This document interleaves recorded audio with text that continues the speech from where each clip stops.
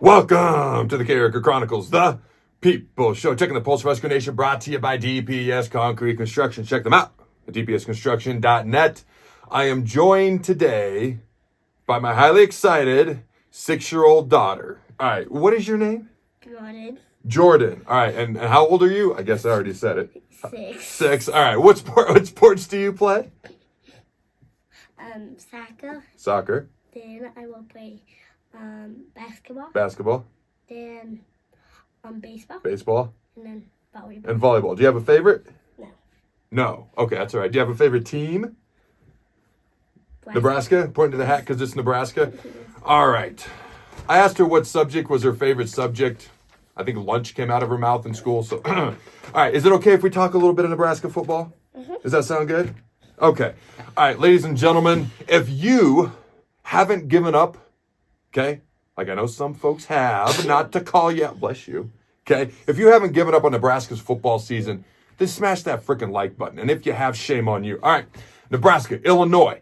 It's not a mega show today. Why? Because it's a shortened week, so we're just going to light this candle with 4, not 1, not 2, not 3, but 4 keys to the game. 2 on offense, 2 on defense. See how I did that there? 4 keys to the game.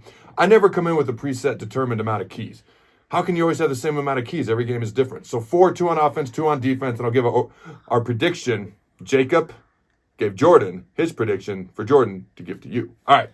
Illinois is favored by 3.5 at the time we're recording this video. The over-under is 44.5. I've always said up until this video to take the under.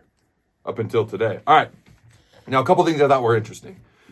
Normally, the day after a game, especially on a shortened week with a Friday game like this, Sunday following a Saturday game is kind of a recovery day. You come in, you lift, you get a light jog in, you get the blood flowing, you do some recovery, you do some ice, you watch some film, you have Monday off, and then you hit the practice. Usually, Tuesdays are your hardest practice of the week.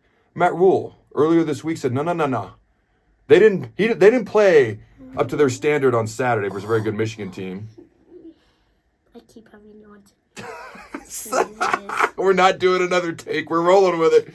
On Sunday, Nebraska came in full. They didn't just practice. Full pads, full go. All right. So Matt Rule had a couple of thoughts. And I quote, "We have some really good players that are going to play in the National Football League. They need to show up." End quote. Rule was fired up in his last press conference. As fired up as he's been all year.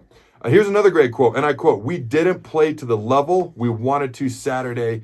End quote. And I'm going to paraphrase, okay? But basically, he also said after the game versus Michigan, obviously we moved on to Illinois, okay? But just going back to some of the things he said within the past 6 or 7 days that stuck out to me, and I'm going to paraphrase, he said, "You're going to find out who we are as a team Friday night at Illinois." And that's a bold statement. That really is. That's like a coach. That's a bold statement. This isn't Deion Sanders, who makes bold statements all the time. This is Matt Rule. So I'm extra intrigued by this game on Friday, okay? Now, Illinois 2-3 coming into this game. 2 wins, okay? Their 2 wins were a 2-point win versus Toledo. Am I boring you? No. I love it. A 6-point win over Florida Atlantic, so not uber impressive type wins, and they just got mollywopped 44-19 by a bad Purdue team. Okay.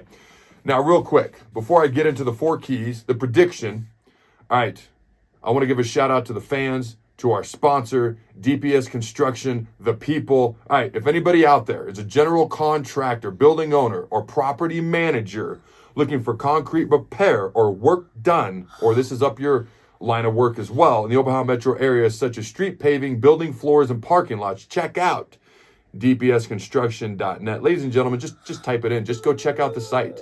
Okay, enough with the yawning. I know. Like, seriously. Daddy. I'm not that boring, am I? All right, dpsconstruction.net. All right, should we get to the 4 keys of the game? Yes. All right, I want to thank you for coming on the show. And I'm so sorry that I keep sneezing. You keep sneezing and yawning? Yeah. Well, we don't have time to do another take, so this is as raw as it gets, ladies and gentlemen. All right, here we go. My first key to the game. I got 2 for offense, 2 for defense. These first 2 are for the defense. I about said offense. 3rd down conversion percentage. Now, you look at Illinois' last game. They got mollywopped by Purdue 44-19, but the total yards weren't that different. They only got outgained by about 30 yards. The passing yards weren't that different. They actually had more than Purdue. They had 226. Purdue had 217. And the rushing yards was 149 to 189. Really, the game should have been much, much closer than what it was, 25 points. But here was the difference. So they had 9 penalties for 83 yards. Okay, Purdue only had 3 for 15, but here was the difference. Third down efficiency. Illinois was 2 of 13 on third downs. That is bad. Purdue was 8 of 13. That's literally 6 times Purdue's offense stayed on the field that Illinois' offense didn't, right down to the T. Now you look at Nebraska. Okay, look at our last game. I know it was a little bit rough. Our third down conversions, all right, we were 3 of 10. Meanwhile, Michigan was 8 of 13. Okay, and if you include fourth downs, Michigan was 10 of 16, and we were 4 of 13. Staying on these teams, nobody's going to blow the other team out. Okay, they're both teams that aren't playing up to the standards that they would like so far. Okay, whoever can stay on the field offensively, whoever can keep their defense off the field, whoever can get the other team off the field in this particular game after studying these two teams is going to be huge. All right, number 2, getting pressure on the quarterback for our black shirts, ladies and gentlemen. After one point this season, very early on, we were number 1 in the country in sacks. A week or two later, we were number 1 in the Big Ten in sacks. Now we've had 0 sacks in the last 2 games. That's not going to work. All right. At one point, we were having trouble getting to the quarterback with a 4-man rush. We haven't been able to get to the quarterback at all for about 3 weeks. Okay. If we got a blitz, the freaking blitz. He can't just sit back there and toe dance and go through 84 reads. We got to get the ball out of his hand. All right. Now, Illinois' offensive line also is not very good. So we should be able to take advantage of that.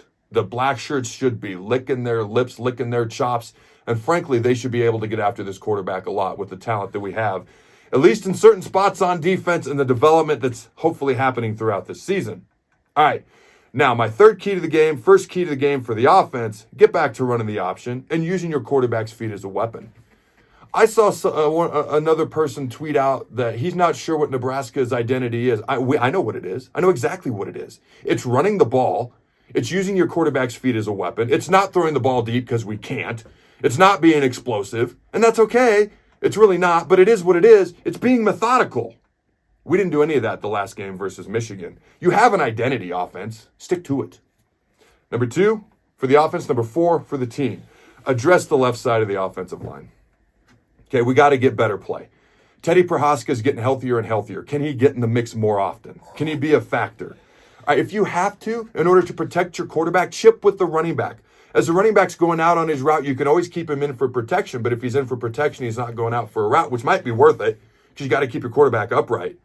Okay, but if he's going to go out for a route, just have him chip the outside pass rusher on the way out. Have the tight end chip the outside pass rusher as he goes out for a route. He can even line up off the ball, which normally brings the defensive end a little bit closer so he can inside so he can be next to the tackle, and that tight end can chip as he goes out for his route.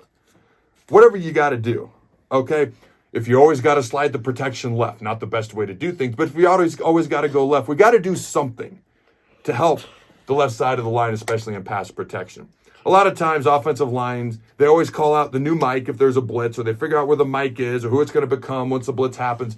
And it's real scientifically and real camouflage. And us defensive players could never figure out which way they were sliding the protection. They'll say Roger Linda, right, left. It's really complicated stuff. More often than not, every team's a little bit different. But if you always got to go Linda, then go always Linda. I wouldn't recommend it.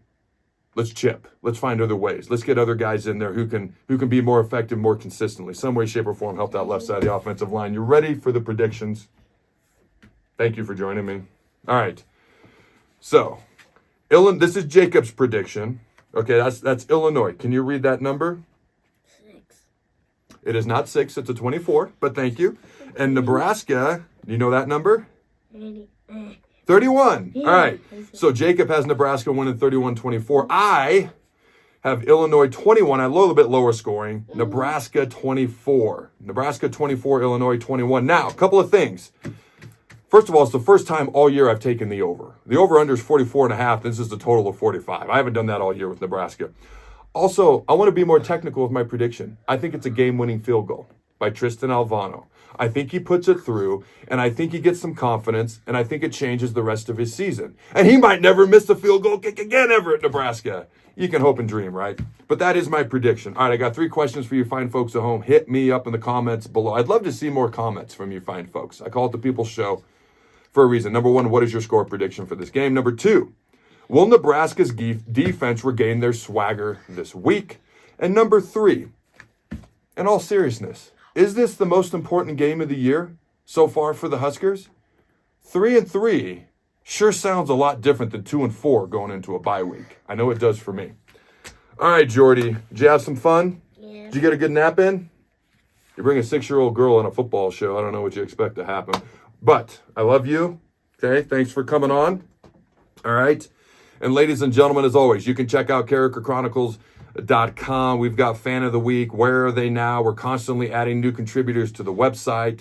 People are constantly hitting me up with interest, so I really appreciate that.